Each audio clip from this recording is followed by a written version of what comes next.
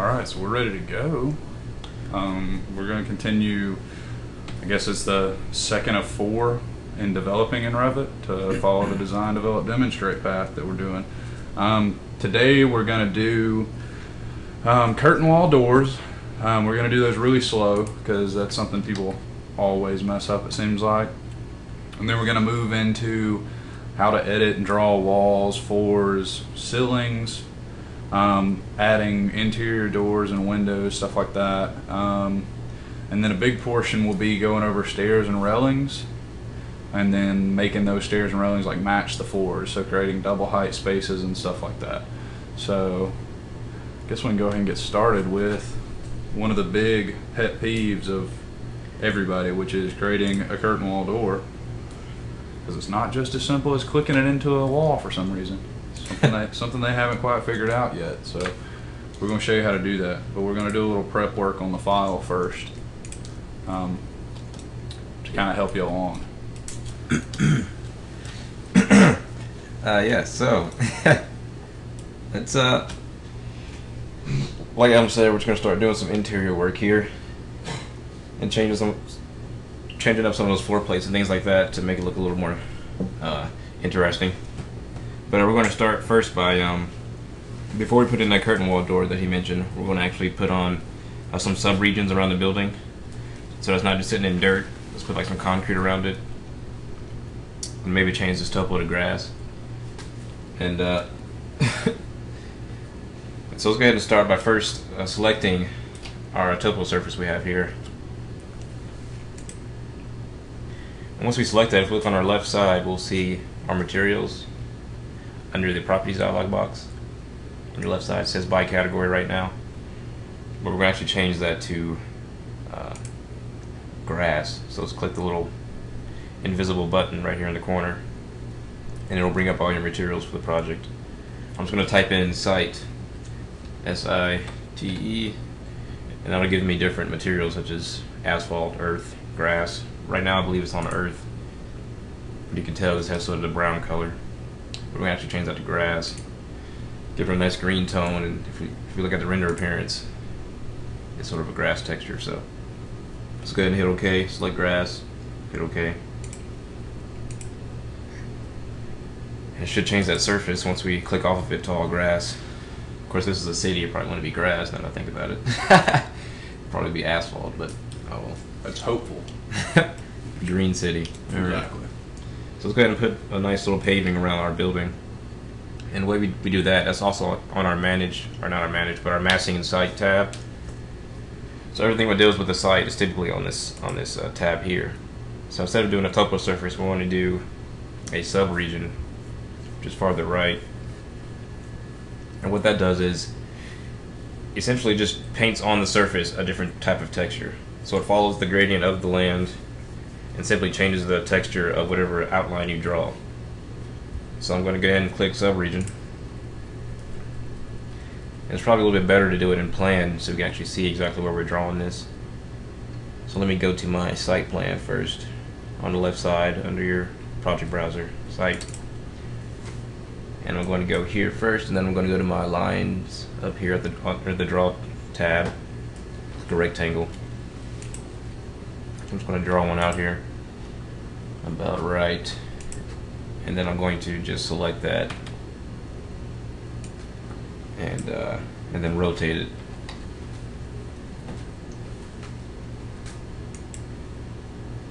About 15 degrees. And then just adjust it, bring it into place here so we can get a nice even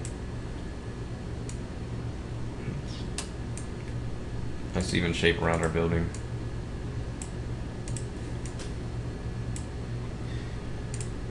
Alright, and then I'm just going to add some more lines here. Let's just say there's like some roads around here, so I'm just going to randomly, well, not randomly, but I'm going to strategically But randomly. yeah, strategically but randomly place some roads that go off this central axis where the building is. Apparently all roads lead to my project, so just doing the same thing, just drawing a shape. And this works the same way that floors do, and that it has to be a closed loop before you can finish it. So you can't have crossing lines like I have. I had most of these points, but I'm going to cut out those lines once I'm done. So let's go ahead and just add some more in here.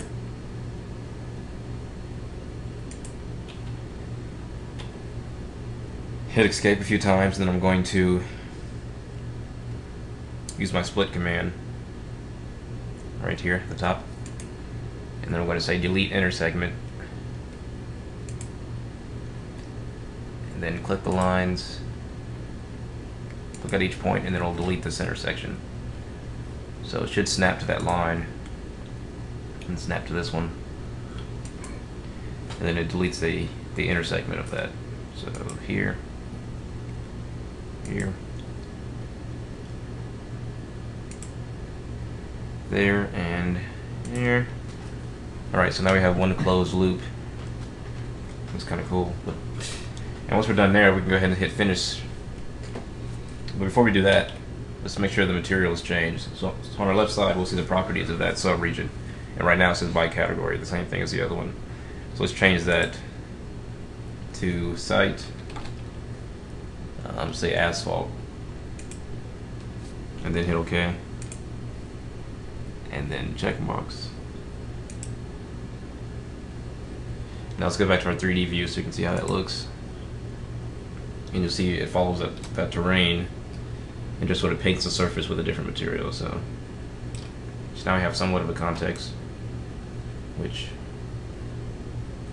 can see on some of these buildings it starts to cut inside the building. So maybe I can take this building and push it back a little bit.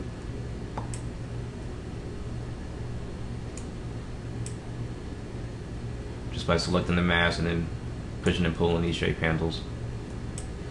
Just going to bring these around the way they fit a little bit better. Maybe push this one back a little bit as well.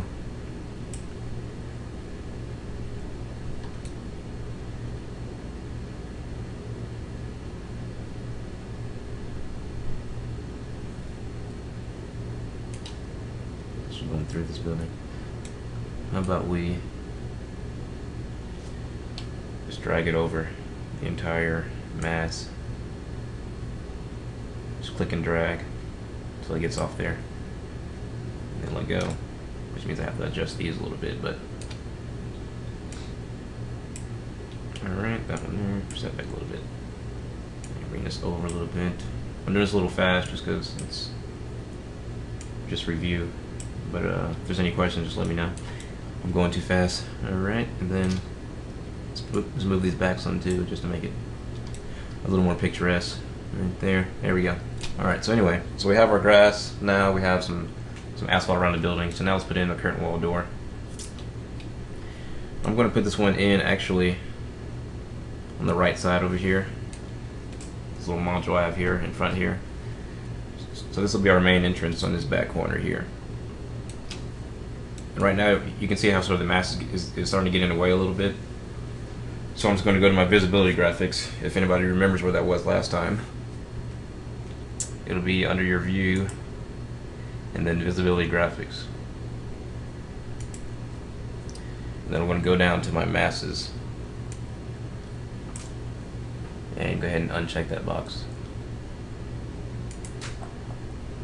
Then hit OK. And now I have just our building. So I'm doing most of my work in 3D, but you always have your elevations and your floor plans to do things as well. So, but for this curtain system, or this curtain wall door, I'm just going to do it in 3D, just so you can see, you know, the whole building in context while we're working on it.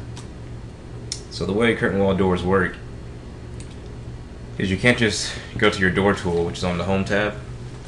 So if I go home and go to door, and then try to place it, it won't go on the wall and give you that little error, little circle with a slash through it. Yeah, the shortcut for visibility graphics is VG. Yeah, VG would bring you straight to it, so if I tap that, bam, there it is. That's definitely one you want to remember. That's the one command you'll probably use a lot more than... It's just too hard to find that little bitty icon inside the view tab. Yeah. So, VG, visibility graphics, bam. Alright, so the way curtain wall doors work is you actually have to cut up the curtain panel itself to the size you need for a door, and then you change that panel to a curtain wall door. So you're not necessarily placing a door in there, you're actually changing the panel itself to be a door.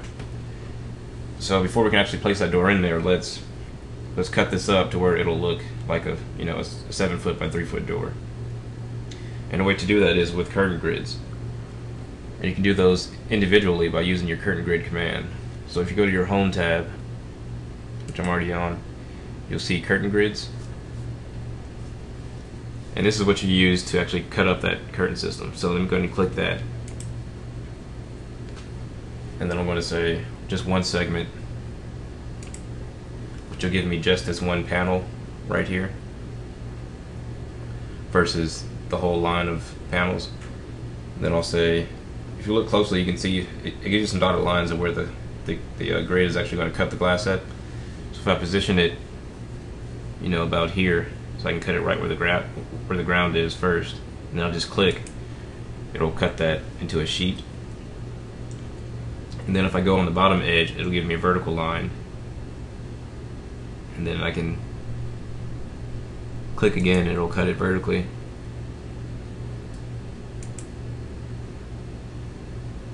Let's try that again. It's probably cutting a different panel than the one I'm on right here. That's why sometimes it's good to actually go to say an elevation or something like that versus just in 3D, but it should still work. Let me try using this top line versus the bottom one and see if it'll cut for me. There we go. So now we have, if I hit escape to get out of that command, I can now select this panel. But the only way to select it is using your tab command. You can't just click the wall or grab a grid or something like that, or the whole wall itself. If you want to actually pick this panel of glass, you have to be careful. Use your tab key. So you'll hover over one of the sides, say this grid, and then you'll keep hitting tab until it cycles through to the panel. And you'll see it brings up the little curtain panels, system panel glazed, which tells you that you're selecting that glazed panel. Even on the bottom left side of the screen, you'll also see it as well, where it says curtain panels, system panel glazed. So once you select that, just go ahead and click and you'll select it, and you'll see on your left side it says it's system panel glazed. And so we're going to try and change that. But you can change it to say an empty panel or even a solid panel. But what you want is actually a curtain wall door. And the reason you don't see it here in your options is because it hasn't been loaded into the project. So before we can actually place it into this curtain wall, we have to actually load the curtain wall door. So let's do that right now. Let me go ahead and hit escape. So we have our shape, but let's go ahead and load that door so that we can place it in there. And the way we're going to do that is we're just going to go to the R button.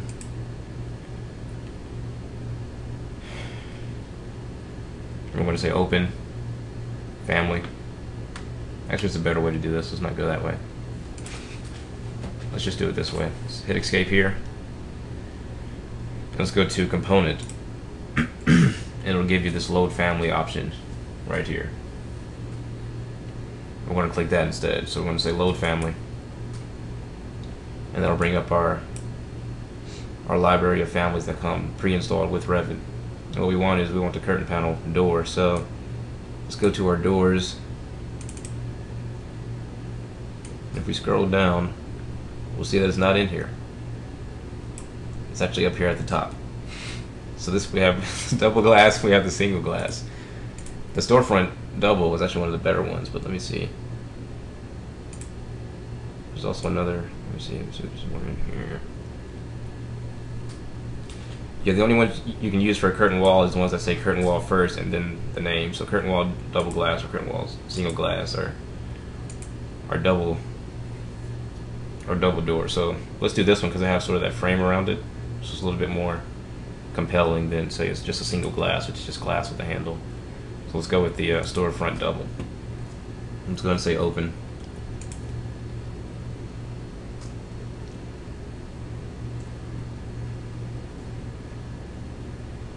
Alright, so this is saying we cannot load that family because it's not part of the component category. Do you want to retry? No, we don't.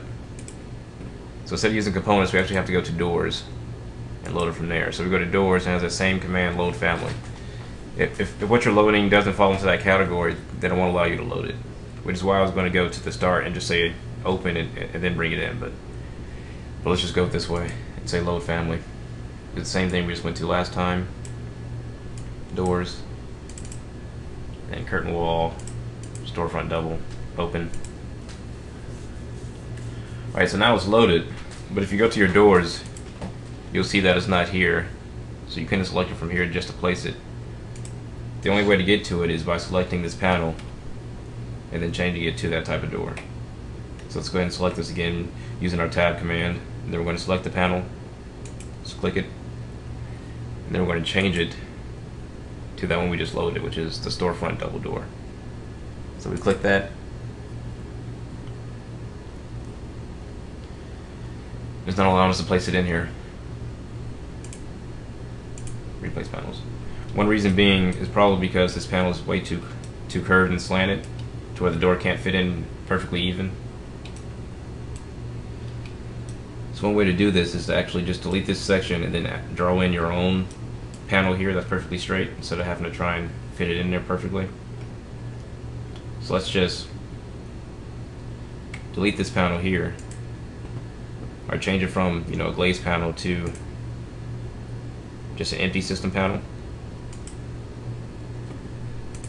and now it'll just be open. And now we're going to place in our own sheet of glass using, we're going to go to walls, tell me if I'm going too fast, walls, and then we're going to choose all the way at the bottom here, it should be just a curtain wall, and that's just a plain sheet of glass. So I'm going to select that and just draw it in here. Should probably do this in plan so I can tell where it's going.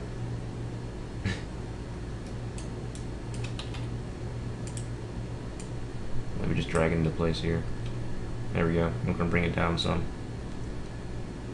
Size. Typically you won't have to do this because the panels won't be so, you know, crazy like they are here on this building. But you got to do what you got to do. So let me bring this up some from the bottom too, so it's level with the bottom with the ground. So now we have a panel that we can use. Now once again we have to select that same panel the same way we did before by hovering over the edge here, hitting tab until we select it, and then changing it to the storefront double that we just loaded. And now we have a door in place. You can keep adjusting that to make it fit in just right. But essentially that's the routine you would go through to add a curtain wall door into a curtain wall panel. Now we have a little one small door for this massive building. That door's still 10 foot tall. It's a massive door, so this should all be able to fit in there. Yeah, you're routinely not going to add a curtain wall door into a slanted wall. You're going to have to figure out a way to make the door flat, because if you think about it in real life, that wouldn't work either. So you have to figure out some way to make the door flat. So either you're going to have an entry that kind of sticks out away from it, or you're adjusting the wall to be actually perpendicular to the ground before you actually go and put a door in. Yeah. But we needed to show you the door without having to re-edit everything, just because that's the biggest question, is how to put a door into a curtain wall. You may only use it once every project, but you'll forget it every single time, it seems like. It's a little more complex when you're doing crazy abstract buildings like this one. Yeah. But what I would probably do if this was my project, I'd bring this to where it just came straight down. This bottom part would just come straight down while the rest of the building would slant up, just so you have a nice clean entry point. And then the rest could sort of slant. You can even think of it like a restaurant or something. Like P.F. Chang's is good about this. P.F. Chang's will have slanted walls, but then they'll have one little entry vestibule that kind of sticks out through the actual curved part of the glass, so that can remain independent of itself, which allows them to be able to put in their revolving doors and their actual exits and keep the building looking funky. Because you can't technically have a slanting door, so... No. I guess really bad carpenters could do it, but not any good ones. So I would actually... What I would do is select the mask, edited, bring these glass walls up, and then draw in my own straight panels down here along the bottom first entry points, and then put in my curtain wall doors and revolving doors into those sections. I'm not going to do it right now. I mean, it wouldn't take that long, but it would take long enough. I don't want to waste time. So yeah. So let's keep moving on. Have a lot more things to do here. So all right, so we have our door in there. So now let's go into actually adding some interior walls. So the main space I want to play with actually is not this one over here. I actually want to play with this larger mass on the opposite side. What we're going to do here is let's go to some actual floor plans to see how this sort of lays out. So we have a level here, which if you click it, it'll tell you which level it's at. So if I click this first level here on my left side, you'll see it says level and then it says first level. So this floor right here is that first level floor plan. And then we have our second level, and it should go on from there to third, fourth, fifth, or whatever. So let's go to our first level. I actually start adding in a few floors here. So I'm going to double click my first level view on the left hand side. And because I had it selected in 3D, I can also see it here in plan as still selected. So you see it in blue here. There's our floor.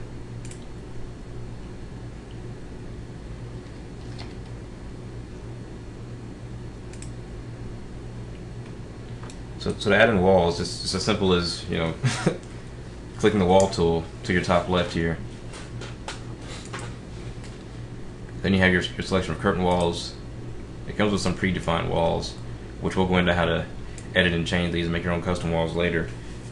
But it also has your generic, some interior types. It has, you know, some brick walls, things like that. So whatever type of wall you want to use, just select that. I'm just going to select it, an interior partition, 6 1/8 of an inch, just because it's a big building, so let's have some thicker walls in here. And I am essentially creating just my own custom idea right now. This hasn't been pre-planned, so. But you see how they sort of connect to each other? Is because if you look at your top, your options for this tool, you have chain command, which means walls will keep chaining, so as you keep drawing, they'll keep connecting to each other, and it'll let you keep drawing them until you hit the escape key. And you also have your offset command. So you could draw it here and it'll offset it a foot or two, or whatever distance you put in here. And then you have your lock line as well. So let me go back here. Wall command. So before you're even drawing, you may want to select what you want to lock to. Center core, exterior faces, you know, whatever. You can also tell it what height you want it to go to. So this is automatically going to my second level height. So it's going from the first level to the second level. So this controls how tall the walls are. You could also say unconnected and put in your own custom height here as well. And most of these same features are also right here in the properties of that wall. So you see its base offset is 0, 0. Its base constraint is the first level. And this top constraint is unconnected 10 feet because that's what we set up right here. So let me go ahead and change that to the third floor actually, because I'm actually going to just delete the second floor. So I'm going to make it go all the way up to the third floor, which is about 20 feet. And now whatever walls I draw will go from the first level all the way up to the third level. So I'm just drawing in some walls here. If there's any questions or I'm going too fast, just let me know. So I'm just going to draw in some more walls here. Let's see what happens. I mean, this building's pretty massive, so it all seems sort of out of scale, but it should be fine. Now I'm going to select those walls I already drew because those are actually going from the first level to the second level. So if I select it, you'll see on the left here it says first level up to second level. So I want to actually make these go all the way up to the third floor. So I'm going to select all of these just by holding down my control key to add to my selection.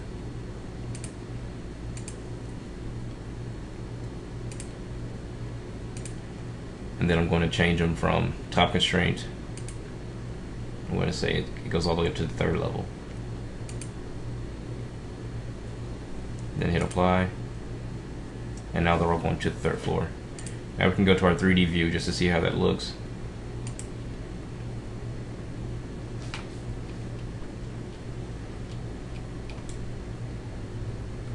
And now we can see they're sort of going from the first level all the way up to the third floor. Now there was a question here, how would you modify a wall to be taller at one end than the other? There's a couple ways to do that. One way is to actually create your own custom shape for that wall. The other way would be to split it. So I don't know if you mean if you wanted to, let me go back to my first level here. Let me actually draw a section real quick. Just go to your view command and section. I'm going to cut one down here in front so I can see the elevation of these walls. So I'm just going to click and drag that line and it'll give me a section view. So now if I select that section I just created, I can see how it looks in elevation. I'm going too fast. And I'm going to turn on my shaded with edges so I can actually see the contrast and color here. Alright, so there's that wall. So there's a couple ways to do it. We could either select this wall and go back to our plan view. And I mean, say you wanted this wall to be higher than that one, you could always select them independently and say this is taller than that one, or even split them with the split command on your modify tab. She's not saying change heights of the wall. She's saying one wall becomes two separate heights at each end. Like it starts at 5 foot and goes up to 20 foot along the same path. So you want it to actually slant, not just certain heights. Yeah. Yeah. All right. So the second way to do it, which I was about to go over, which is why I created that section, is you have to sort of see it from an elevational view, and then you can go to that view. Let me just double click the head of this section tag, and now I can see that wall. Now if I select that wall, so let me select this one here, I can actually go up to the top here and it says mode. I can say edit profile. And so if I click that, now I see that this wall is made up of a series of just 4 lines.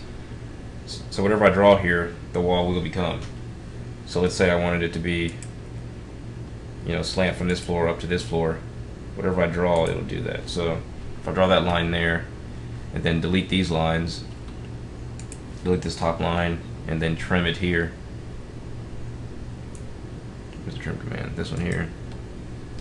And click here and here. But it has to be a closed loop, just like most things. It still has to be one closed loop. You can't have, you know, crossing lines.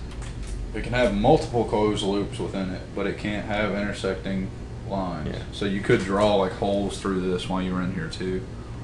Yes. Yeah, I'll do that in a second. But don't let the lines intersect. Same Yes. principle as everything else. Exactly. So now I have, if I go back to 3D, you can see, let me hide this curtain system. I'm using the shortcut HH, which hides it for me. Now I can see this a little better, but so now you have sort of a slanted wall that goes from one end to the other. You also could do what Adam was saying. If I went back to edit profile and drew some lines even here, as long as they're not crossing and they're closed loops, I could do that there and actually cut out the shape from the wall. So now I have an opening on the wall. Yeah, it doesn't have to be straight lines or anything either. It's just whatever your mind comes up with, you can draw it on there. Yeah, whatever. I mean, there's plenty of shapes here. You can use all these drawing tools. So if I wanted to do a circle here, or even a circle inside of a square, and then set finish, well, you have a little circle there, and then, I mean, magically it stays in the air, but but you could have a circle here and then a slant there, like whatever you want to do. So that's how you would customize a wall. And then I was about to say, the good thing about 2011 now is if you were playing around with something and all of a sudden don't like it, there's a reset profile tool. It's kind of like the dissolve tool.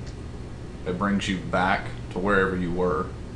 So like the dissolve tool in the family editor brings you back to the shapes that created that geometry. The reset profile tool will actually bring you back to the wall it came from. So if you've done something you don't like and you don't remember where the wall came from, I mean, this was obviously simple. We know where it came from. But if it was a huge wall and you kind of went in way too deep, it's actually easy to reset it now. Great tool. like you did like some random stuff like this, and you're like, crap, like what was this before? Or how did this random wall get here? Then you can always go back to reset profile And then ta-da, nothing ever happened. and back to normal. Alright, so there is how you would do a slanted top of a wall. And let's go back to our first level, to see how those floors are playing out. I'm actually crossing each other now, so let me trim these up using my TR trim tool. And the trim tool's kind of funny too. We haven't said anything about it yet, but you have to click on the 2 pieces of wall you want to keep. Yes, so say I was trying to trim this wall. Depending on how I click it, depends on what it trims. So the 2 pieces I want to keep on this would be this line and this line. I don't want to keep this, so I want to click over here. I'd click on this side of the intersection and this side of the intersection. And the same with this one, I'd click on this side and this side. If I were to click on this side and then this side, it'll cut it right there, which is not what we want. But if I were to click it on the inside of this one and then the inside of this wall, it'll trim off the remaining piece. So it's like a little quirk, I guess, of how it works. It's easy, but it does depend on how you click it to what gets trimmed. So yeah, it's another one of those things that you just forget. or you don't randomly. notice Yeah, or you don't even notice that you're trimming the walls wrong. till it's too late. That'll save you pulling 3 or 4 hairs out in the middle of the night. All right. So we have some interior walls. Let's also put some on the floor above that are just a little bit different. Before we do that, let me go ahead and delete my 3rd level. And I'm just doing this because I want to. Like this, you don't have to delete levels to do walls or anything like that. Just it's all part of the design. So I'm going to delete this floor here. Actually, how about we not delete it? How about we make it to where it's just not in this space? Because right now it covers the entire mass. So let's cut this thing up to where it won't come into this space. It'll just be for these spaces over here. So let's go ahead and go to our floor plan. It says at level 2, so let's go to 2nd level. And so I have it selected already. I'm just going to go to edit boundary at the top here. And now I can actually edit how that floor looks just by simply even just clicking this side and then dragging it over to where it won't come all the way into that space. Now we can go ahead and hit finish, the check mark, and then go back to 3D. And then I'm just going to rotate, orbit around here. And now the wall is way back there. Still in the rest of the model, it's just not inside that space. Alright, so now for this floor, I'm just going to do all this in 3D. Why not? Most things you can do in plan, you can do in 3D. It's just better sometimes to do it in plan because you have that plan view. You can see exactly where things are going. 3D is a little more relative, but since this whole project is kind of relative, I'm sure we'll be fine. So let me go ahead and select this floor. I'm going to go to edit boundary, the same thing I did before. I'm actually going to click and push this floor back some. So floors are made up the same way that the profile of walls are, or the profiles of masses. They all have sort of that sketch system where it's a series of lines that define it. But it has to be still a closed loop. Basically, anything that shows up magenta has to be in a closed loop. Yeah. And that's basically everything. Everything you're editing will be in a closed loop. There's nothing you can just draw an arbitrary line out in the middle of nowhere and it'll work. But sometimes if you're editing a really large building, you might end up drawing 500 lines, and then you realize that you have lines that are intersecting that you didn't know you had, and that could get frustrating. So it's kind of hard to keep up with it every once in a while. You just got to diligently go through and make sure they're not, they're actually connecting and they're actually in a closed loop and they're not intersecting. Mm-hmm. So here I'm just, making a cooler looking floor plate. So I'm cutting it out a little bit, and then I'm going to go back and I'm going to split because it has to be a closed loop. So I'm going to hit SL, which is the shortcut for split. And I'm going to split it right here, and it still has that delete inner segment selected. So if I click there and now I go here, it'll delete that inner segment. So I'm going to snap over here too, and then over here, Yeah, and actually someone pointed out that, yeah, with railings, you don't have to be in a closed loop. It's the same with stairs. It's the same with ramps. Railings, yeah. You don't have to be in the closed loop and it'll still be the magenta line, but rule of thumb is, But that one, but you still can't have crossing lines. yeah. You can move it around, but you can't. They can't connect and they can't cross. Well, railings are kind of weird because you can make a railing that cross, but you have to make it twice. Yeah, You can't make it cross in the exact same spot because a railing has to be a chain. You can't even create gaps without creating multiple railings, and we'll show you that toward the end of today, actually. Yeah. All right, so and floors work the same way. You could put a circle in here, and it'll have a circle down the center of it if you wanted to. Let me put one right here. Another one right here. And that'll actually cut out the floor. So if I hit finish now,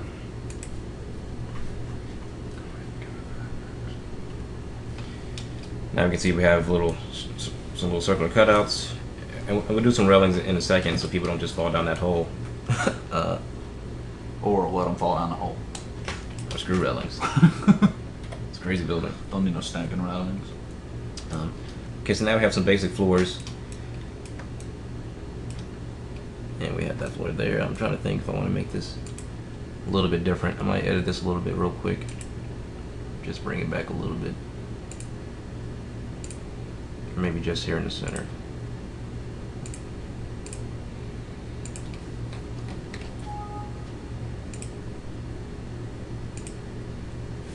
And then finish. Right now it's asking me, we're like walls to go up to this floor's level to attach to its bottom. Because right now you can see how it's sort of cutting through the floor. So it's asking me, do I want to cut them right below the floor and actually attach them to that floor? So if I move that floor, the walls will move as well. That's sort of a parametric feature of Revit. And I'm going to say yes here, but many times in a project you might want to say no because you might not want your walls to follow the floors.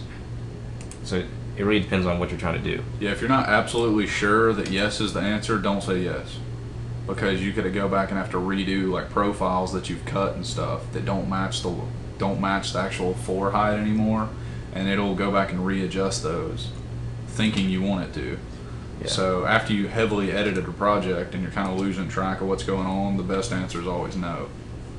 Yeah. Unless you're 100%. Because things will start attaching in different places. Yeah, you'll end up creating more work than what you saved by saying yes. Yeah, if you had 30 walls and it attached all of them, but some were at different heights, then you wouldn't want that. So typically, I'd say no. But here, it's just those few walls. Yeah, we could see all the walls there, so yes was definitely the right answer. All right, so now let's go ahead and put in some ceilings, just so it's not just a blank floor. What we're going to do here is we're going to go back to our Home tab. And ceilings is one of those things that you probably want to do in a plan view. You don't want to just relatively do that. So let's go to our ceiling, which is right beside the floor tool, right here. Bothers me that they didn't even change the icon for the ceiling tool. They just raised the floor and called it a ceiling.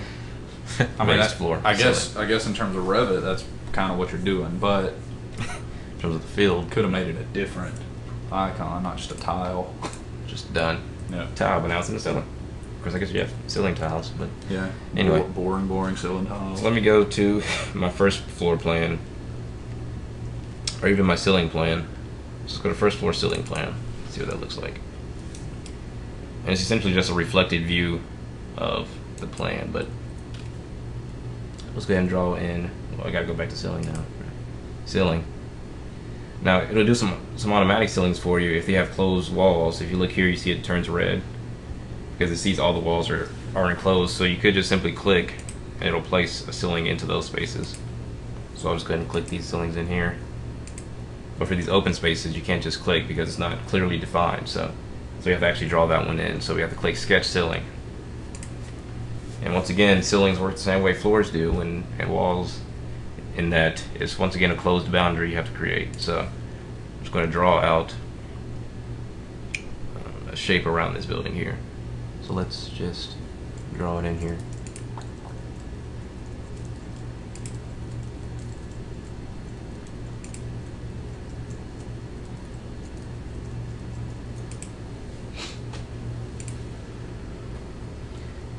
And for these parts where I'm going around walls, I'll actually use the pick walls command, which is on your draw tab, and you'll see it has a little green wall here. So I can just pick walls and it'll draw the lines for me. So let me select that one. Sometimes it's a lot faster just to pick things versus draw it yourself. So for this part, I'll just pick walls, and as I click it, it'll draw lines around those faces. And now I can just draw one more line to connect over here in the top corner. I can go ahead and say from experience that using the pick walls sometimes, if you're not zoomed in close enough, you will end up intersecting lines for no reason, or you won't do a closed loop because you'll pick the inside of a wall versus the outside of a wall. Like right there, he's showing that he's got an intersection. And so, if you imagine doing this to a big project, 20, 30, 40 walls, and you have to go back and find every single intersection, it might end up being a pain. So definitely use the pick wall tool, but be careful. Yeah, watch yourself. Because if walls aren't meeting, then they won't connect the lines for you. So say this wall was like this. Let me see. I can't change the wall because I'm trying to draw the sketch. But if these walls were crossing each other, then if I pick the walls, the lines would be crossing each other as well. Right. Which means you have an intersection. Which means it won't let you finish. So say now I want to finish. Say lines cannot intersect each other. And then it shows you the highlighted lines. But if you're far away and zoomed out and you got a bunch of lines, and it's like it can't finish because it's hard to see which area is intersecting. Yeah, sometimes it's even hard to see the orange that it's saying that it's an error, especially if you have on shading for some reason. You won't be able to find it at all. Yeah. But it's easy fix. You just trim it, no problem. Yeah, so I just trim that up. Move this in some. This might take some adjusting because I'm not sure exactly how this is going to look. But alright, it's a closed loop now, so let's go ahead and hit finish. And now let's go back to our 3D view. As we're drawing it, it tells you what level is going to offset at. So if I select that ceiling, it says 8 feet over here, offset from level 1. Which we got like 20-foot floors, so 8 feet is not quite right. Yeah, we don't want that. It'd be pointless to delete the floor we had in there. But so let's go ahead and change that to a little bit higher. So let's make it I think it's like 15 feet. 15, apply. It's not bad.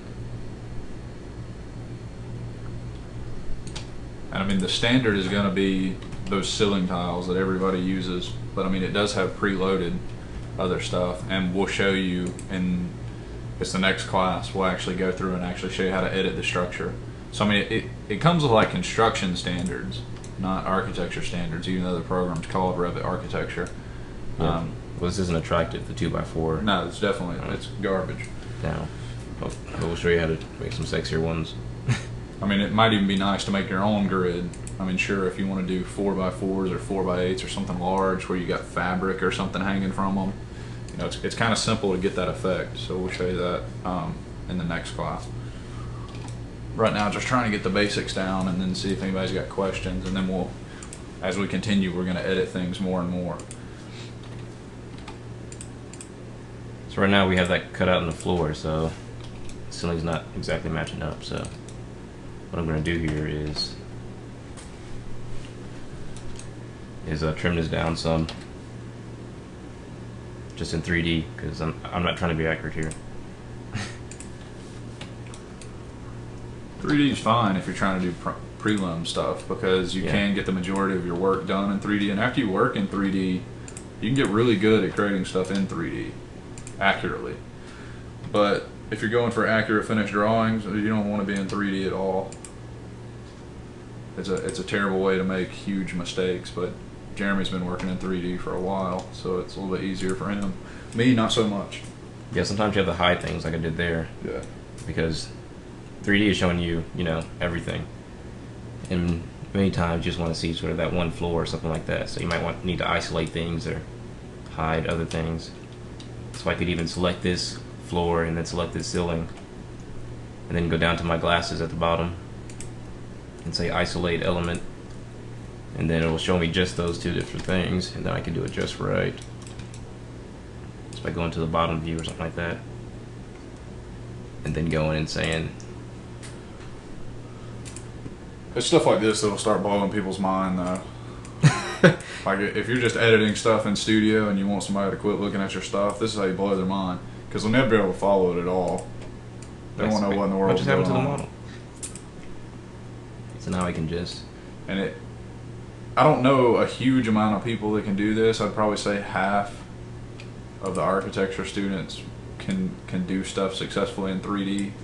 It's kind of I don't know, it's a different side of your brain doing stuff. You have to be real good with 3D and actually being able to rotate it in your head first. Otherwise, you'll get completely confused and you'll start drawing stuff in completely irrelevant planes, and you'll think you're doing it right. Like right now, you could easily think that was a floor plan.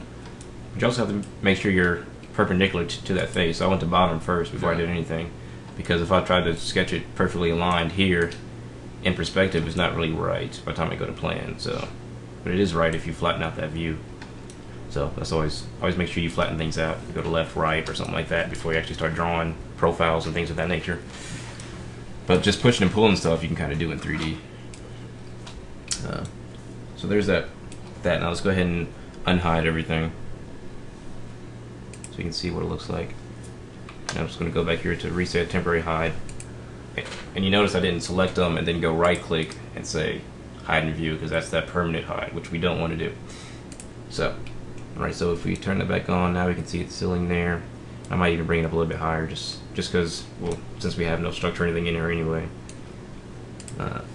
Probably better if it's just right there against the floor. We'll just say it's a flat slab concrete system. And the ceiling's only off by like. You can go all the way up to 19. So 19, see if that'll. Should bump it right to it. Yeah, that is right on it. Let's bring it down to like 18.6, just so it's. Because the standard 4 slab's 12 inches thick in Revit, so. Yeah. There we go. So there's that one. Now we could also do some suspended from, say, this floor. That maybe copy this sort of triangular shape here. So how about we do this? Let's take this roof and let's hide it. I'm trying to show you guys how to do this thing, you know, sort of in 3D during the conceptual design phase. You're going to sort of try to stay in 3D so you can see the whole shape of the building. The middle side. Did I say that? The middle side. Yeah, same difference.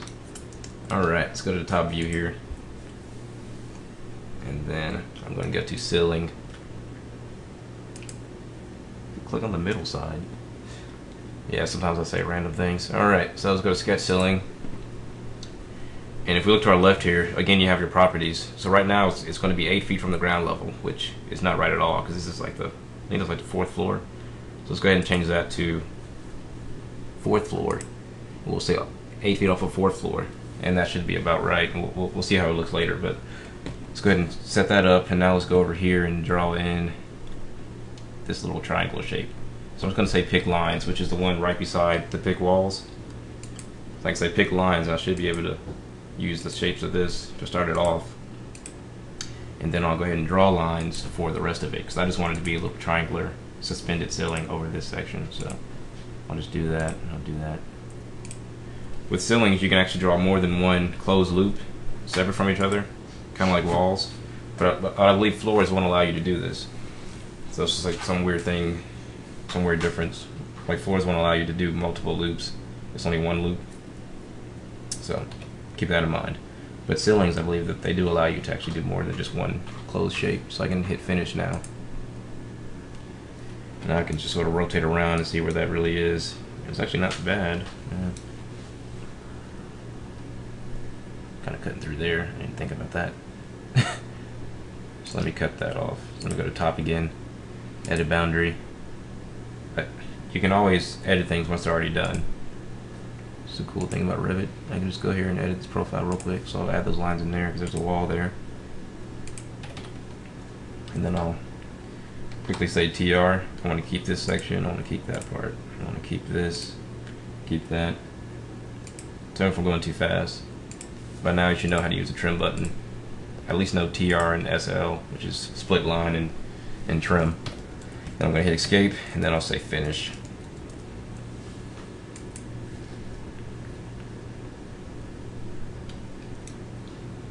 Alright, and now it looks a little bit better. So we can have sort of just some suspended ceilings there. And let's bring it a little bit higher so it's at least, say, 12 feet off of that floor. And now let's reset our temporary hide and isolate. I'm just going to hit HR, which will reset the hide. And now we have just little sculptural sort of ceilings there. It's actually a pretty cool little entry right there, a little slanted entry point right there. It's really nice. It kind of randomly happened, but it's kind of interesting. All right.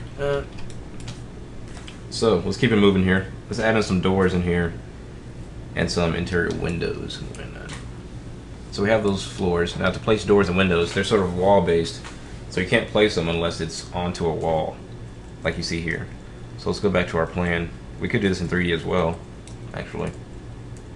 So let's do that. Why not? Well, let me show you in plan too. So let me go to, what's this, the first floor? Select it. First level. All right, so let's go to the first level. Then I'm going to go to my door command. Most of the stuff we're teaching now is sort of straightforward. You select it, select the object you want, and then place it in. There's no rocket science here.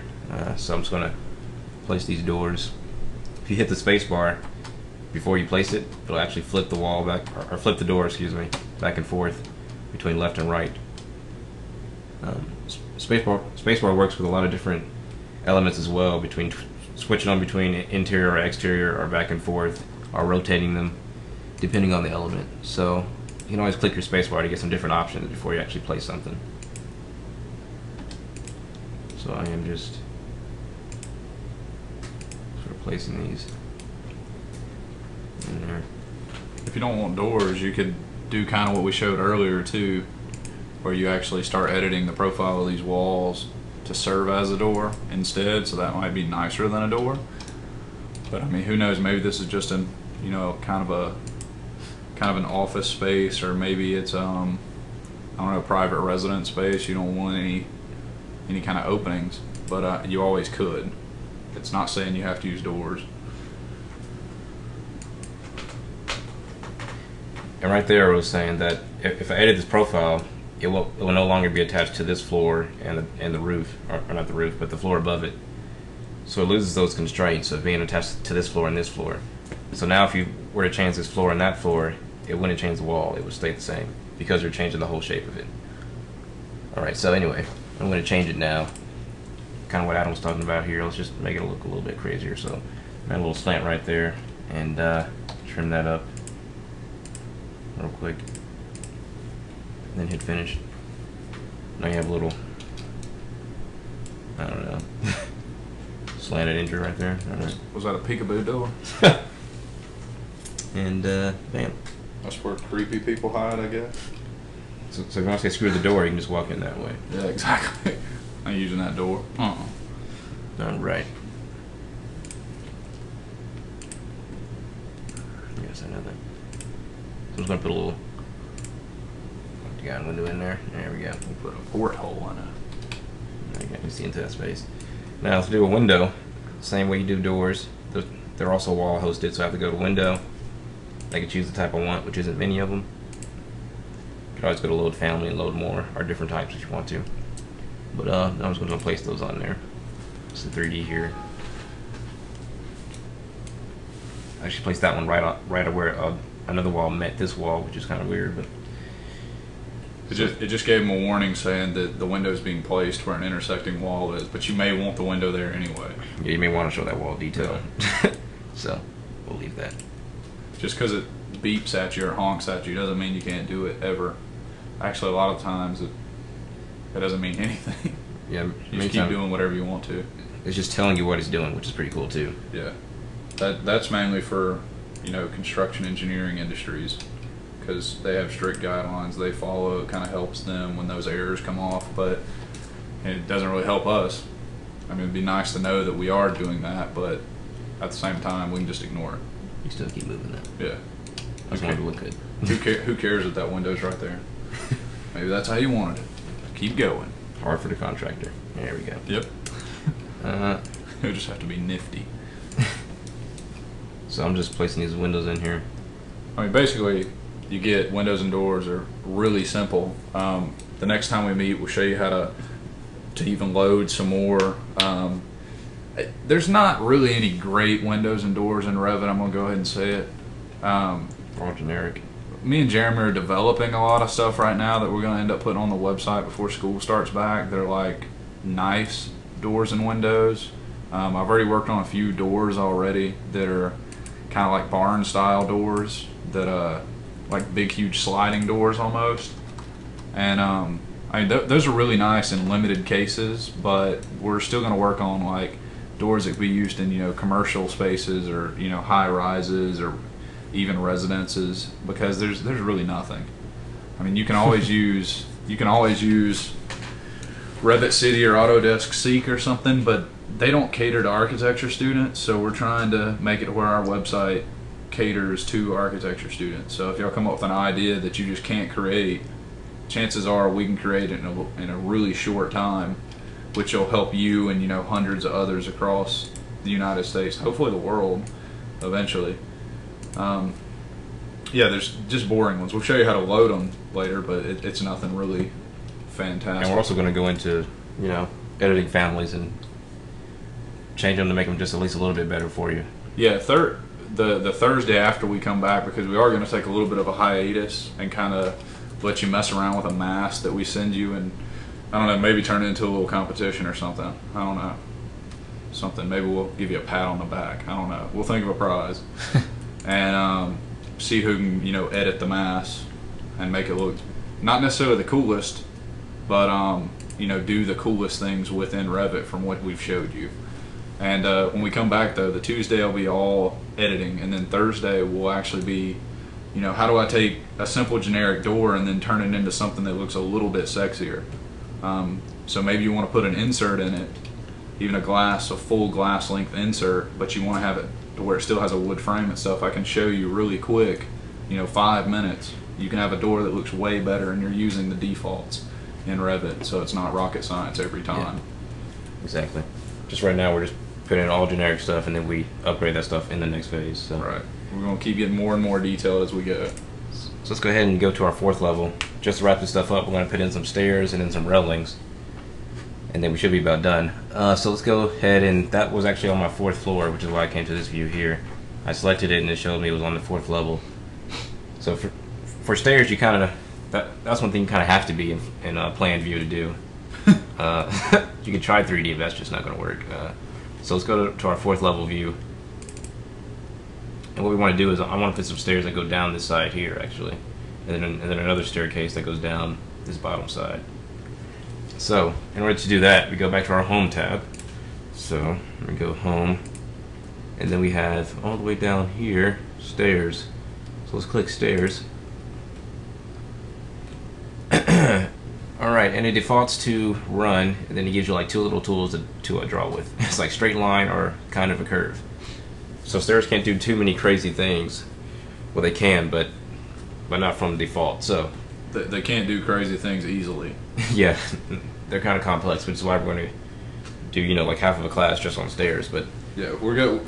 The PowerPoint we're actually making right now, we'll finish up over our little 1-week hiatus, and we'll give that to you as quick as we can, because it's going to have probably a good 10 or 15 slides just on stair creation alone, which is probably one of the most robust things we'll talk about, other than family creation and customization.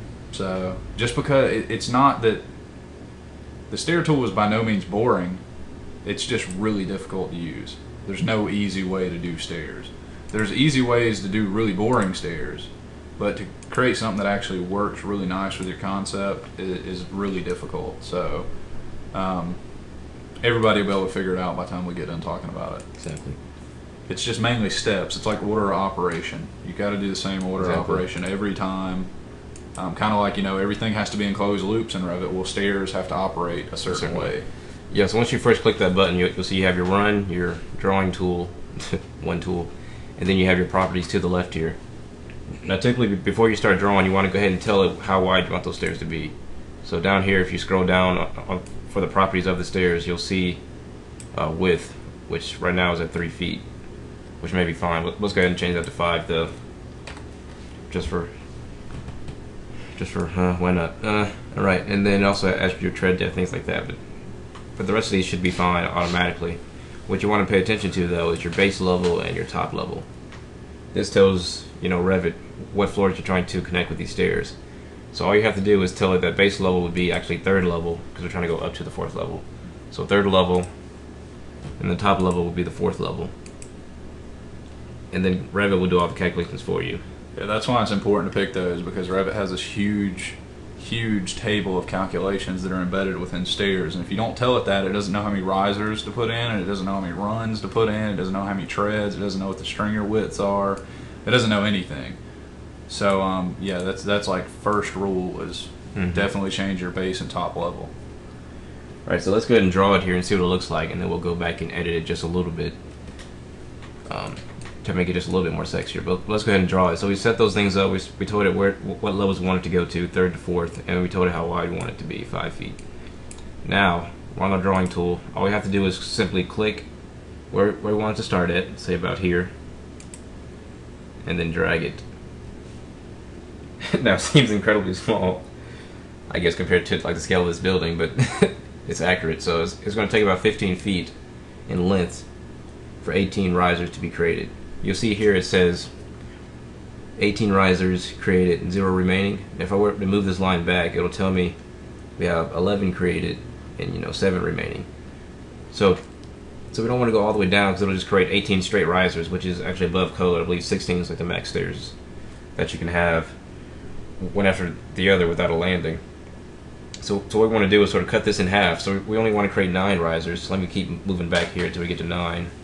So now it says 9 risers. So I'm going to click, and it's going to draw me 9 risers from here to here.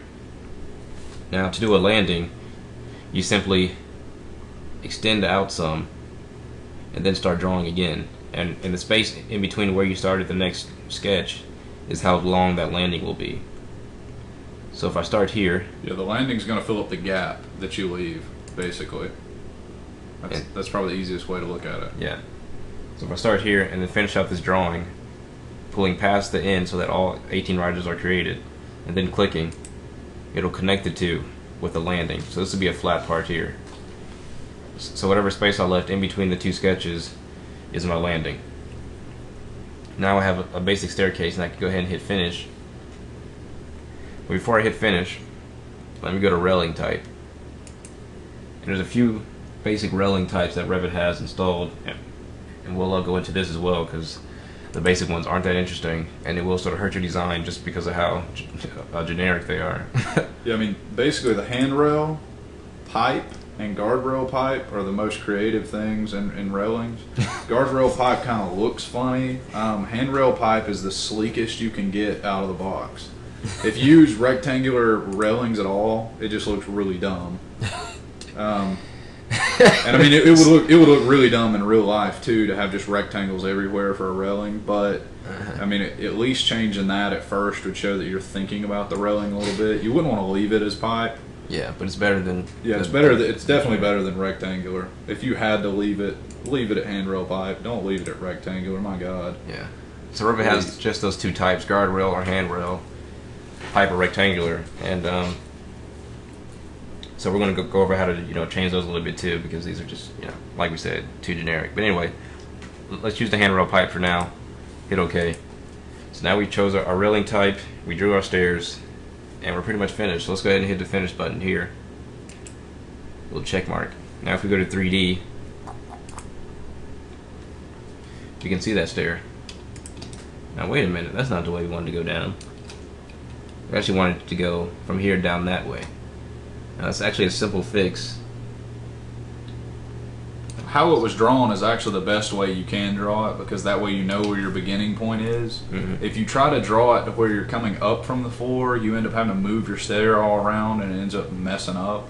So it's better if you drew it how he did it. And it's not really an error because it's so easy to fix. It's actually, it's way better to do that. I mean, it's as simple as clicking once.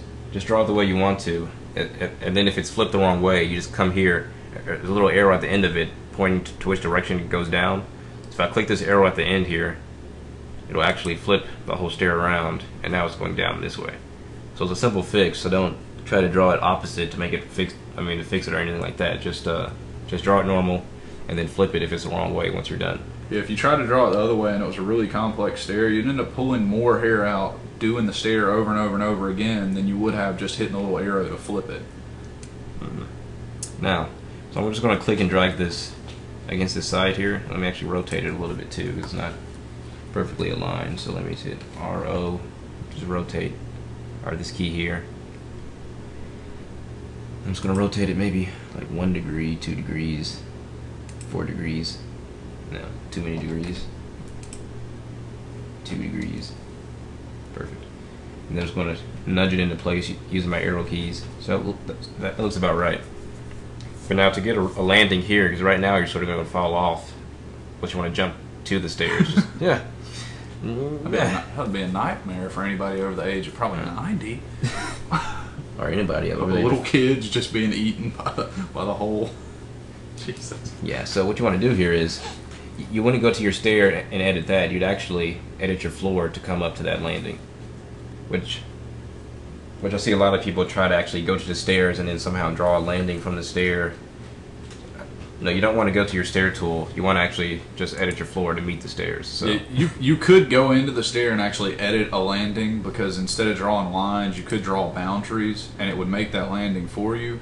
But it's not really worth it when your chances of you rendering the bottom side of that stair are 1 in a million by the end of the project. You might as well just simply draw the floor over, take 5 seconds, and finish it, rather than try to figure out how to draw a landing that matches. I mean, unless that's a huge focal point. yeah, you could. Yeah, there is ways of doing it, but if it's fine that the floor comes here and then the stairs start, that's fine too. And nobody's ever gonna know. It's just one of those I things. mean, it really depends on what you want to do, and we can show you how to do it as well if you guys really want to know how to do that. But I mean, It's not fun to do it, it's not that and serious. it's not really that useful. Yeah. All right, so once we draw on that little piece of the floor to make it match the stair, we hit finish. Lines are in a closed loop. Put them in here, see they're not together. I'm just going to trim, connect those. Now I hit finish. Now let me go back to 3D.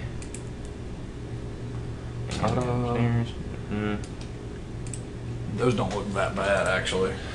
Those aren't terrible. They're Yeah, so there's your pipe railing, which isn't that bad compared to. Let's just click one and we can actually change it to a different type. So if I click that and go down here, just show how disgusting the rectangular ones go are. to guardrail, rectangular, There they are. and I mean, so that's what they're going for. Ugly. You know, not bad, but I like the pipes better. Yeah, the pipes do look better. I mean, just it almost has a little. Oops. It's kind of interesting. It might even look good to have a guardrail on one side, but I mean, in some code, you have to have a guardrail on one side and a handrail on the other. So to do things like that, where you're actually meeting code, is only another layer you're adding in that impressed yours. So the more you think about it, and the more you actually study it, the better off you are. But now that we have kind of a generic boring stair created, let's actually flip over to the other side and make another stair, but this time let's make, you know, something a little bit nicer. So maybe a stair with, you know, no risers and a large middle stringer or something holding the stair up. And you know, maybe we want the tread to be glass. We're not going to get overly complicated, but let's just show you how you can use those same Sybil stair. the same stair, the same steps. You could maybe even copy that stair and do it, but let's just draw it back out. Yeah, you could mirror it and or create similar. But Yeah, anyway, you could copy it and then just edit that one stair, but let's just It's too redraw easy. it. Yeah, that way you can get a even better with drawing stairs, because they are difficult. Okay, we could do a spiral, but I mean, a simple spiral stair is easy, but spirals are something that I guarantee you 99 times out of 100 you haven't done the math, and Revit can't just create the stair and make it work for you. So if you have a hole that's just, say you wanted to put a spiral stair in a 8-foot diameter hole, but you needed to go up 20 foot, there's not enough head clearance, and you're not going to know that until you've done the spiral stair over and over and over again and kept getting error messages over and over and over again, and then you finally realize, oh, it's because I only have 4 foot of head clearance all the way up the stair. If you're doing an arc stair, not a spiral, but a huge arc, that's a little easier. But it's the same principle. You just draw the arc out. We can show that next class if you guys really want to see Yeah. how to do a spiral staircase. I mean, they look okay. I mean, we can do that. They don't look any better to me, I don't think, unless your whole design is revolving around that stair being a huge arc. I mean, yeah, you can focus on one sexy stair if you really want to. Yeah. Just have that the focal point. And that's not sort of why I drew those circles.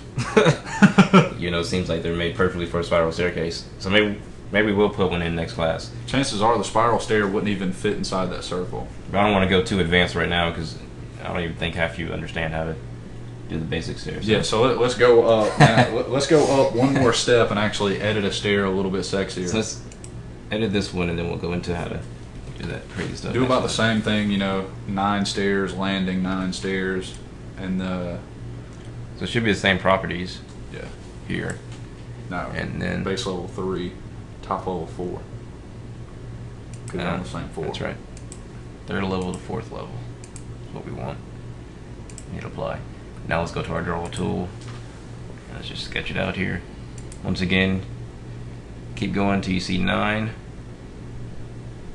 And we'll stop. And then we'll bring it out some. Then we'll go again. And we'll drag it past the edge. Don't try to do it right on the edge or you might miss one. Like, see, now it seems like I'm finished, but no, I'm still missing one. And so your stair will be like one stair short, and you don't want that. So Yeah, and sometimes even when it says 0, if you're right at the very end, it'll chop off the last stair, like halfway through the tread for no reason. So it's easier to just extend it past, like even way out, like his cursor is now. Yeah. Just to make sure it gets all the stairs in. it's not going to make more stairs than you need. So go ahead and drag it out as far as you can, and then click.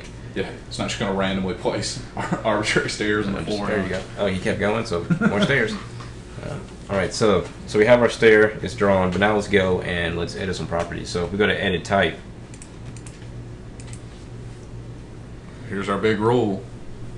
I think we have to duplicate first. Yeah, duplicate. If we change this one, it will change the other one as well, which you may want to do that, but then it'll also change all of the stairs that are like this, and you'll never be able to find the same stair again. So it's always better to duplicate it, create a whole new custom stair. We'll call this one 711. You might say single stringer glass or something, because this is back to naming conventions. It may work for you to call it custom 12 stair or something like that, but if anybody's trying to help you, it's one of those things that they're going to have to figure it out first, and it's going to be a headache. So, I can tell, 7 riser, 11 tread, all right, it's got a stringer and it's glass. All right, cool. I know what that's talking about. All right. So now we're going to scroll down here, and we'll see, one, we have our materials and finishes, and it has tread material, riser material, stringer material. So you can independently change all the materials of all the different components of the stair. So let's go ahead and do that first. Let's go ahead and change our tread material to, let's just type in wood. And wood cherry. After we named it glass, you're going to do it wood. Well, screw that. We'll make the stringer wood. Yeah, make the stringer wood. And some of the woods actually look really nice. Like cherry is one of my favorites still. Halfway decent. And then make the tread glass or something. Yeah, let's make the tread glass. And next class we'll actually get in how to create more materials. They're way better looking than these standard ones.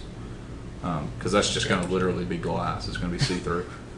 But no big deal. We're just trying to show you a little bit more advanced stair. And the riser doesn't matter because we're going to take that out anyway. So Yep. we keep scrolling down here. We'll see treads, risers, and stringers. So for treads, those are fine. But for risers, we want to take those out. So where it says riser type, we're going to change that from straight, which you could do slanted if you wanted to. But we're going to change that actually to none, so there is no risers. Then we're going to scroll down some more, go to stringers. Where it says middle stringers, right now it says 0. We're going to change that to 1. And then right stringer, we're going to say none. Yeah, this is where a lot of people end up forgetting that Left stringer, none. you're creating one middle stringer, but then they won't take off the right and left stringer, and then they're kind of confused as to why.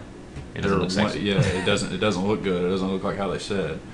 But also while we're here, we could go ahead and change the stringer thickness, because we know the stair is going to be about 5 foot wide, and we might not want 2 inches holding a 5 foot stair. So maybe we do that stringer 1 foot thick, just to give it some girth. And stringers being that thick really don't look really good, but just for the sake of having it, just for showing you. Yeah, you can play with it and see what looks best. Yeah. And then a lot of this other stuff is going to be in the PowerPoint, because it's kind of hard to tell what's going on.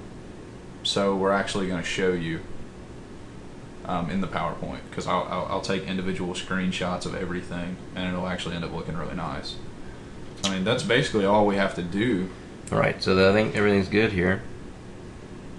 One thing you might want to notice under tread is you have stair nosing, the nosing profile. That's like a standard stair nosing profile. If you click that, it has default, which is, it's either going to be round or square. I can't remember ever which one it is, but the actual one that says stair nosing pan, stair nosing profile or whatever, that's almost like a little crown mold. It's like a double dip wave that it puts on it. And it's kind of unique when you're rendering, but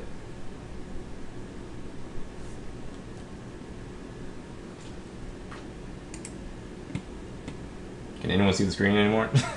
Did the screen just go out, or is everybody still good? yeah, the screen just disappeared.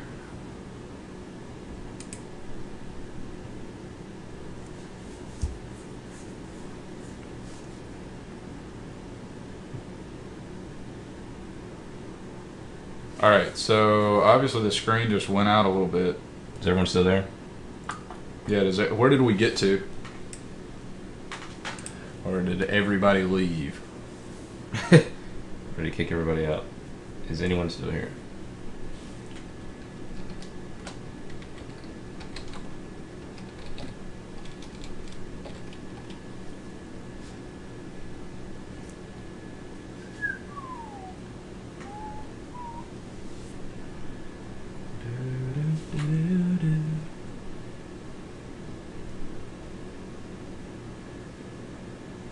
Can you not hear our voices anymore? Yeah, we're talking, but Can no one hear? can you hear us? Oh, we're back? Yeah, I guess there was a little glitch on the server. Hey, maybe it crashed for a second. Yeah. Alright, we're good, we're Is good. everybody good? So where did the voice go out, so we can go over that really quickly again? Everybody has their... They saw the treads, you saw the risers, and we changed the materials. Okay, so you were Riser type. You saw us change the materials. We did the glass treads. The only thing we changed after that was we did the riser. We said riser type would be none. Which means there's no vertical risers. Right. There's not going to be a riser at all. You're going to be able to see just tread and then blank space. And then we went to the stringer and said right stringer none, left stringer none, and then we're going to do one middle stringer. And then we changed that middle stringer thickness to be 1 foot. And then the last little part I was taking note of was back under the treads, under nosing profile. That's basically the profile that's going to be added in front of the stair, what the parts you see walking up the stair basically. Or you can say, tell it to be on the left and the right. And a lot of times I like to use the stair nosing profile just because it makes the renderings look a little bit better, because if you have a glass stair, light's going to refract more inside a nosing profile than it does a square profile. Square kind of looks like it's unfinished. Default either does a square or an arc. Not really sure, can't remember. I think it just does a square. Default means there's nothing. You can also do custom profiles, which we might go into later too. As Yeah. well. So whatever shape you want it to. It could be And then done. right now the nosing profile is only applied to the front, but maybe we want to do it on all 3 sides. You can't do it on the back, so you can drop that menu down and then say front, left, and right. And then we basically have everything wrapped up that we want to do. So we'll hit OK. Okay. 9 times out of 10, you don't touch anything else in that dialog box if you're just creating a simple stair. Yeah. Now if you're creating something complex, you have to touch everything in the dialog box. But that's basically it. Nudge it into place a little bit. This time I'm going to nudge it before I finish it. Yeah. And we'll see what, basically a couple seconds of editing did. You didn't get the blue line either. Okay. You need to cancel, and it's easier just to finish. Yeah, screw it. Let's finish it first. Alright, so everything's done. Railing type's going to change that as well. Hand roll pipe, I believe, is what we want. Yeah, So that's good enough. okay. And then The check button. now rotate it in I place. can tell it's already backwards because it's pointing this way. I want to go that way for down. So let's click it, flip it. And now let's rotate it. RO. Drag this little circle thing to the corner, and we can rotate about that point of axis. And then I'm going to select the front of it and bring it in, kind of like that.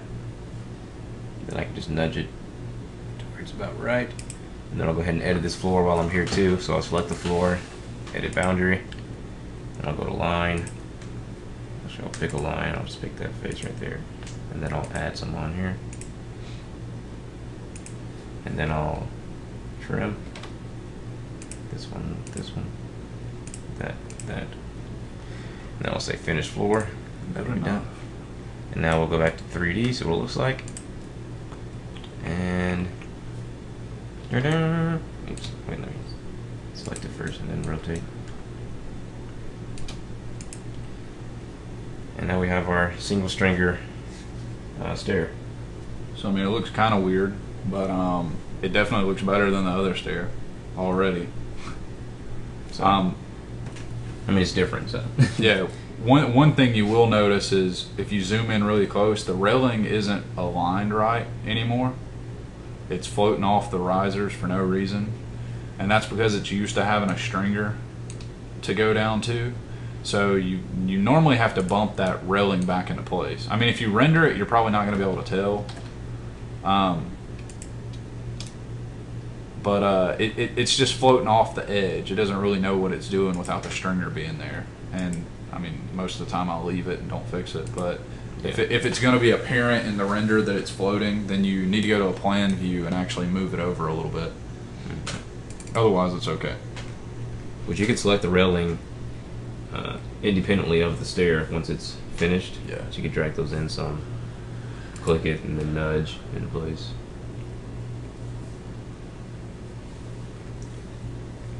Then you can go back to 3D.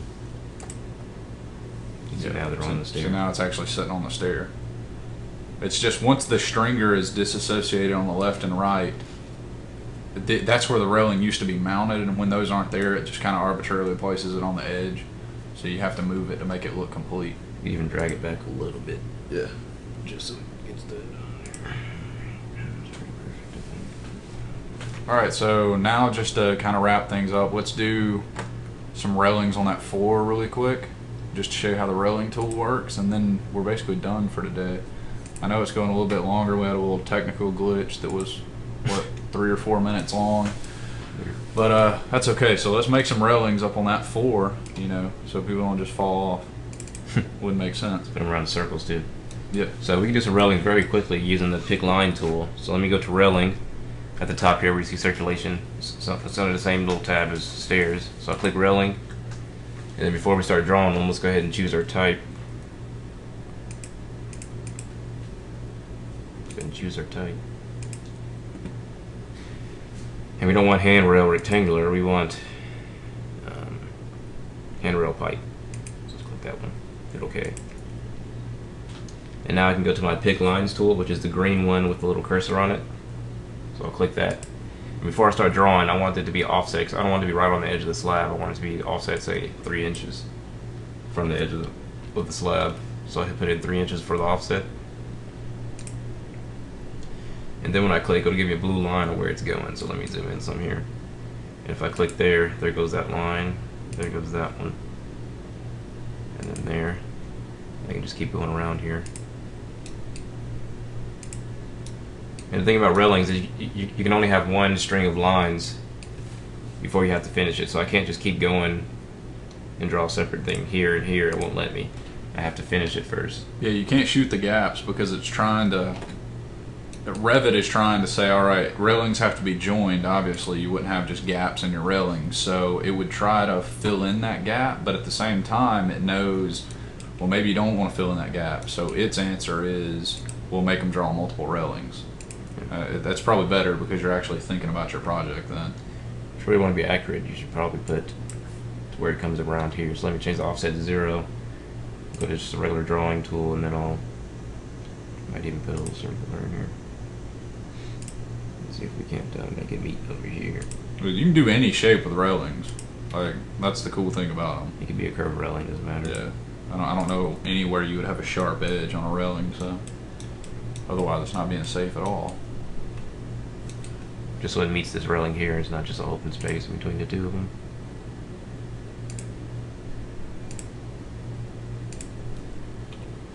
And then we go to finish. So there's one string of lines. Finish.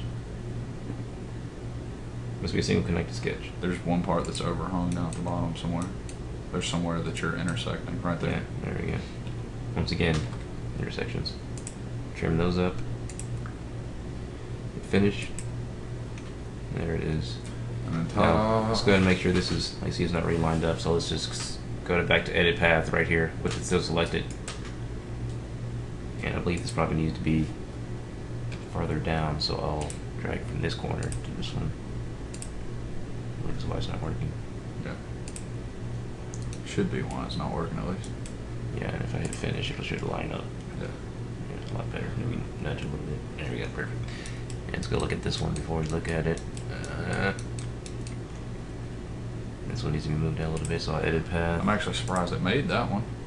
Yeah, no, That's it's so a tiny small. little arc. Normally it would error that one. Yeah, sometimes it's too small. I won't even know how to do it right. So Kind of cool. That's something in like 2009 that I know it wouldn't have created that. There's no way. All right, so let's put a railing around one of those holes at least first. One of the holes in the floor, and then we'll check Yeah. out 3D real quick. let me mention something real quick too. You see how fat these lines are, and I can't really tell what's lining up where. A quick command to sort of thin out your lines is TL. There's a shortcut. I can't remember where it is actually up here. I think it's under View probably. Yeah, thin lines. Thin lines. It'll turn everything into sort of like CAD lines, crazy thin, no line weights. And then you can see that this needs to line up, I think, with that little corner there. And that's when you can sort of make sure it's perfect. Now when I hit finish. Oh, wait a minute. Okay, yeah, there it is right there. It lines up perfectly with it. Yeah. So thin lines. Thin lines are hard on your eyes, but if you're trying to align something, that's one of the only ways you can do it when it's being picky. It's cool because now you can see line weights, but if I turn it to thin lines, they're all the same line weight. Yeah. But then here you have your different thinner lines versus thicker lines for railing. And then You would never want to export a drawing when you're in thin line. That would look really weird. So let's go 3D, and there you go. You got your pipe railing going around there. And you got connector right here. Of course, it's a different type, but But this still lines up Two because a different guardrail just adds 6 inches over a handrail to guard. guard that thing. So it's like two different types, but if we change this one, it should line up perfectly. Alright, so let's go ahead and put some around those circles real quick. That's as easy as the same thing we just did before. Go back to railing. I'm just going to go to pick lines. Just make sure it's perfect. We'll change the offset to 3 inches. On the outside, outside. And then hit finish. We'll do the same thing again. You know, the sweet commands create similar, so if I select a railing and then hit CS, I'll go right back to the same dialog box, and I can go to offset 3 inches. And then I'll just draw it on there. Bam, bam. Finish. Now I can go back to 3D. You got the circular railing around there. It's railing over there. And the sexy stairs over here. And now what we could do is just select this stair here and tell it to be the new type we just created. Single string glass. and now it's sexy just like the other one. So once you make that one type, now you can copy it down to any other staircase as well. So, ta-da! Yeah. So, is there any questions or comments or anything like that? Or gripes, complaints, Gripes and complaints. gripes and complaints. See our manager. Have those, just email us. And, Yeah, the email is no thank you. but so next class will actually be on August 3rd. And in that class, we're going to take all these different elements and actually edit all of them. Yeah, we're kind of going to have to take a break. One reason because I'm not going to be here, and it's kind of too much work for one person to do, as we learned the Thursday I wasn't here. Because you have to watch a chat box, you have to make sure everything's recording, you have to make sure Dem's not messing up. You have to be answering questions, available on Skype and Facebook and all that, just in case somebody else drops out and they can't get in touch with you. Yeah, it's just way too much work for one person. So during that week, though, we had a couple of people ask if we could give them a mass and basically tell them what to do with the mass. So, change the mass, edit this, make this into walls, and not to where we're telling you what to make it by any means, but to where you can kind of freshen up, watch the videos again over that week. That way, when we hit the really hard stuff, you kind of have the basic stuff under control. Because the next Tuesday we'd meet, I would call that an intermediate class, and what we've been going over today is basically a basic class.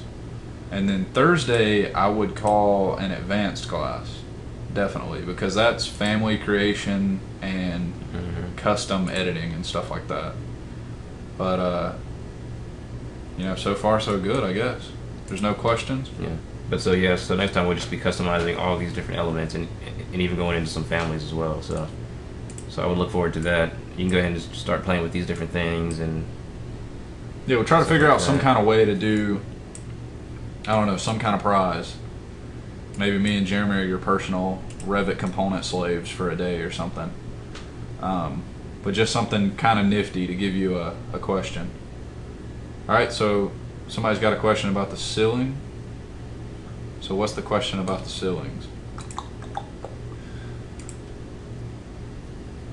Just go ahead. Can you change the profile of the ceiling? Like, I guess you're assuming by changing the profile, you mean like make a wavy ceiling?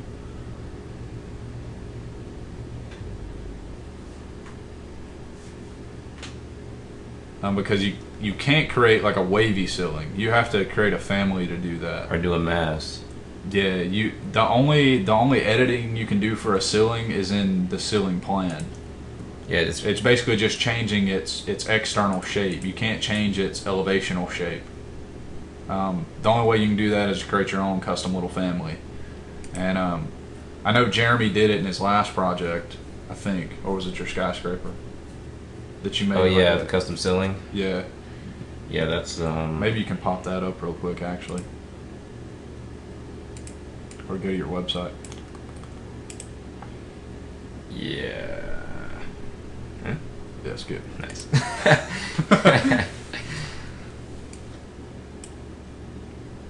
Yeah, so basically on his last project, Like, I mean, you can do whatever you want to, but it's not going to be that specific tool kind of thing. Like, we went over massing, and a lot of that would probably be in a mass. So let me go to. yeah, you can't just go into the ceiling tool and then go into an elevation where you've drawn a ceiling and then say edit profile. That doesn't exist. That's basically impossible. You could create a mass though, and then make that mass just be wood or whatever you wanted it to be, or you could create an individual family component, which you'll kind of understand that a little bit better the Thursday we come back. And you could just tell those to hang from, basically the air, I mean, hang randomly. Or if you want to be really crazy, you could technically do a floor, or sorry, a wall, make it ridiculously thick, and then draw whatever profile you want. But you might as well just do a mass if you're going to do it that way. Yeah. And just do an extrusion. Like, it's pretty. Like I could do one real quick right now if you want me to. Why is the internet not working? Come on, internet. Oh, it's probably because we're streaming a video. Yeah, we're streaming and using the internet at the same time. It's crazy. So, yeah, but I mean, does that answer your question? Pretty much. Just want to do a crazy ceiling. All right. Well, I just want to see this one image. Okay. See if we can't. See if we can't do that for you. If you want to. I'll try to enjoy my vacation for a second, but I'll do my best. I'd rather be back here working on stuff, but yeah. I need to reset my brain. So I could go on vacation, but I need that money, so gotta work. All right, so expect an email probably by Saturday with this video, because this video is going to take a little bit longer to edit because we had the mess up right in the middle of it. We may have to record a little portion of it. So expect it by Saturday, and I would also say expect a Revit file by Saturday with kind of like a checklist, 10 or 15 things to try out. That way you can also be using the forum on our website to be posting, problems you're having. I screw that picture. All right, Wait for it. Obviously it doesn't work because of all this. Yeah, see? Yeah. Crash. Alright. Anyway, if you go to our website, arcdesignlabs.com, and actually click on the one that says jeremy.webs.com, it's the very first ad on the right. You can actually go under his projects and click on the skyscraper or the high-rise project he did. And there's an interior shot of, what was it, a theater? Yeah, theater.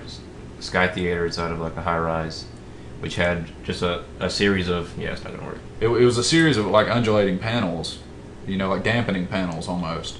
And that wasn't the ceiling tool creating that, but it wasn't really difficult either. It was just one component, and then I just moved it and then barely changed it on each one. Yeah. Like I'll just do like a quick, like let's say you wanted to do a little undulating ceiling right here. Let me go to 3D real quick. And then just go to your masking site. We'll just say in place mask. We'll go to close. Yes, show the mask. Yes, we have to turn masks on, of course. And then I'll go to left view. So I'm just looking at it straight up. Straight ahead. And then I'll just go in here and I'll say you. And I'll just, oops. Oh yeah, I forgot about that. Make sure you pick up a reference plane first. No, it's gonna be a good one. I'll just use this. Yeah. Something that's just flat. And then I will draw a shape here. I'm good. I just go in all kinds of directions. Let me not use those things. Yeah, see, very simple. No. You probably want to hide half this stuff and just get a clear view. You probably should go to an elevation, actually. I don't know why I'm trying to do it crazy like. Let me go west, because I have way too many things in that model now. And then let me go to masking site, in place mask. Mask 1, okay. And then I'll draw some shapes here. You still gotta have a reference point. Set reference plane. Pick a plane. Hope that one's right. That one. Let me not use the spline, let me use this one. Let me do that.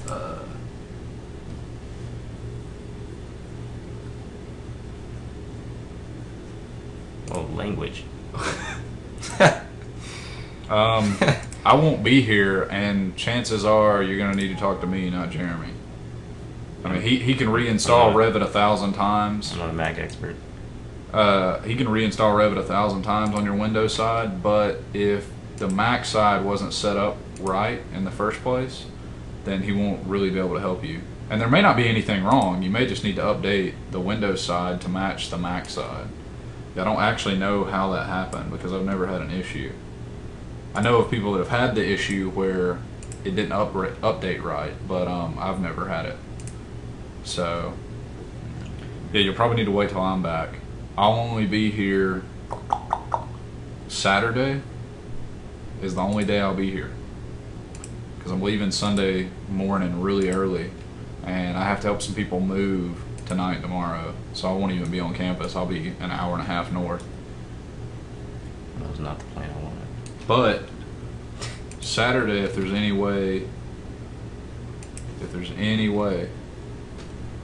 that you could run by, I could help you then. You got my phone number, you can text me. It's not against the law. Yes, it is. Maybe it is. but go ahead and do it anyway.